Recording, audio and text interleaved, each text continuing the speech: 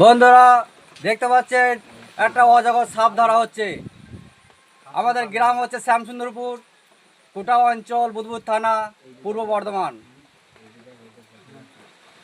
আমাদের গ্রামের পাশে জঙ্গল থেকে একটা অজগর সাপ চলে আসে আমাদের গ্রামে। এক পুকুরে মাছ ধরতে গিয়ে নেটে ধরা পড়ে যায় এই অজগর সাপটি।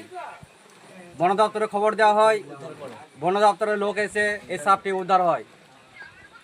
দেখুন সাপটা দেখতে পাচ্ছেন, কত মোটা অজগর সাপ।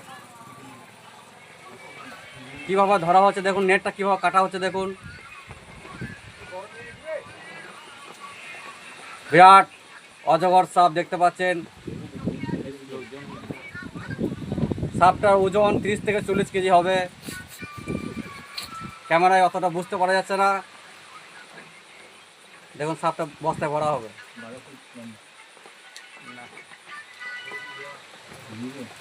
এই বস্তায় ভরে নিয়ে গিয়ে জঙ্গলে ছেড়ে দেওয়া হবে সাপটা। দেখতে পাচ্ছেন সাপ